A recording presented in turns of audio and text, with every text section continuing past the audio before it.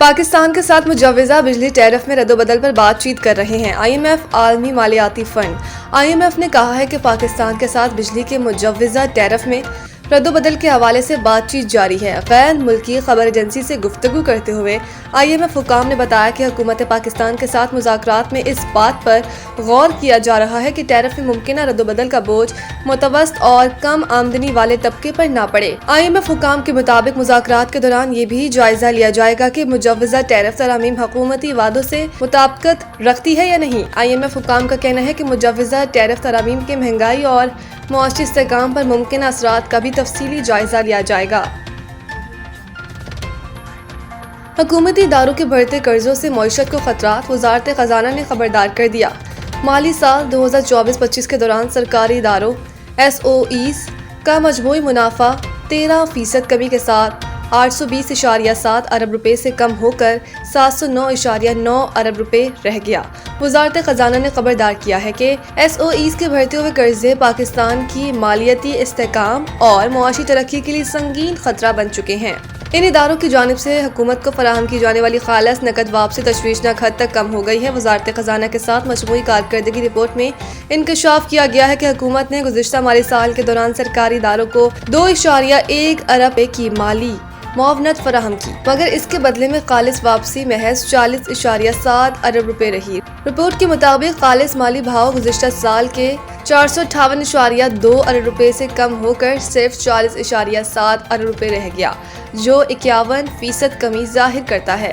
वज़ारत ख़ज़ाना ने खबरदार किया है कि अगर सरकारी इदारों में साख्ती इस्लाहात और माली नज़्म व ज़ब्त यकीनी ना बनाया गया तो सूरत हाल न सिर्फ कौमी ख़ज़ाने पर दबाव बढ़ाएगी बल्कि मुल्की इस्तेहकाम को भी मुतासिर करेगी।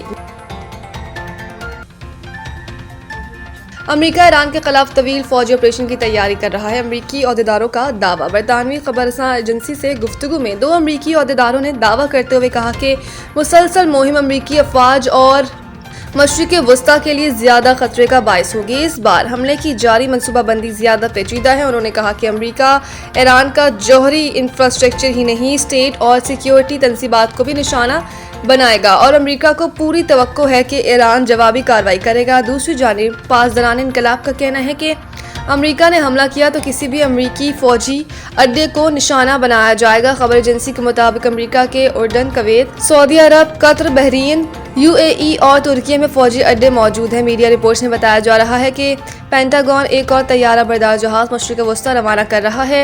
हजारों फौजी जंगी जहाज, गाइडेड मिसाइल डिस्ट्रॉयर्स भी मशरिक़ वस्ता भेजे जा रहे हैं।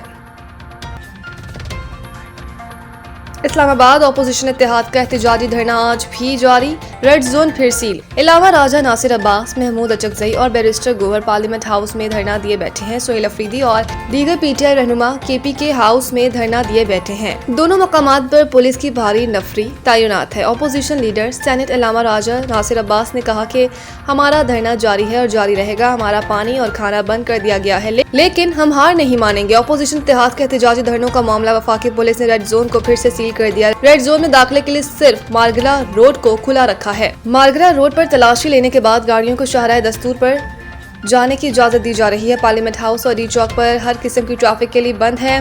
पुलिस की कैदी वैगने और बख्तरबंद गाड़ियां पार्लियामेंट हाउस और KPK हाउस के बाहर मौजूद है।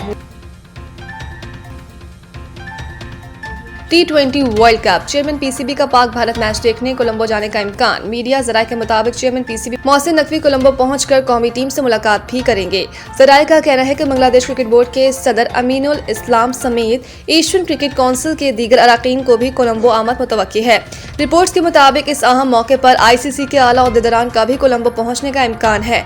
याद रहे कि पाकिस्तान और भारत की टीमें 15 फरवरी बरोज इतवार को पाकिस्तानी वक्त के मुताबिक शाम 6:30 बजे मद्दे मुकाबिल आएंगी।